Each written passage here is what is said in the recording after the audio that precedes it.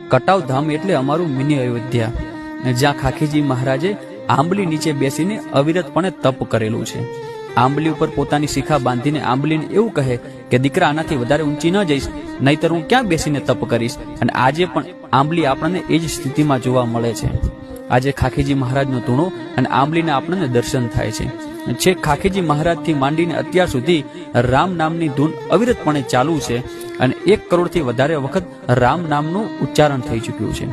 કટાવ ધામની માલિપા ભગવાન વિશ્વકર્મા દાદાનું પ્રાગટ્ય સ્થાન અને મંદિર આવેલું છે તથા ભગવાન રામચંદ્રનું મંદિર શોભાયમાન છે. સત્ય, પ્રેમ અને કરુણાનું સંગમ એટલે અમારું કટાવ ધામ. અને કટાવ ધામ એટલે ઉત્તર ગુજરાતનું કાશી અને મિની અયોધ્યાનું જેને બિરુદ મળેલું છે.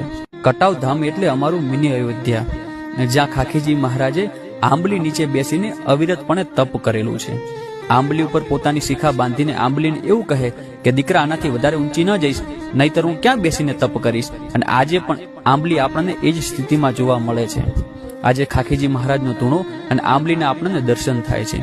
છેક ખાખીજી મહારાજથી માંડીને અત્યાર સુધી રામ નામની ધૂન અવિરતપણે ચાલુ છે અને 1 કરોડથી વધારે વખત રામ નામનું ઉચ્ચારણ થઈ ચૂક્યું છે.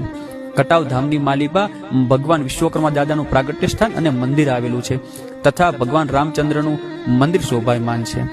સત્ય, પ્રેમ અને કરુણાનું સંગમ એટલે અમારું કટાવ ધામ. અને કટાવ ધામ એટલે ઉત્તર ગુજરાતનું કાશી અને મિની અયોધ્યાનું જેને બિરુદ મળેલું છે. કટાવ ધામ એટલે અમારું મિની અયોધ્યા, જ્યાં ખાખીજી મહારાજે આંબલી નીચે બેસીને અવિરતપણે તપ કરેલું છે.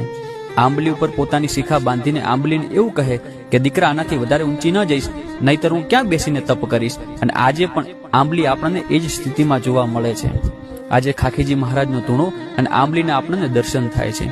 છેક ખાખીજી મહારાજથી માંડીને અત્યાર સુધી રામ નામની ધૂન અવિરતપણે ચાલુ છે અને 1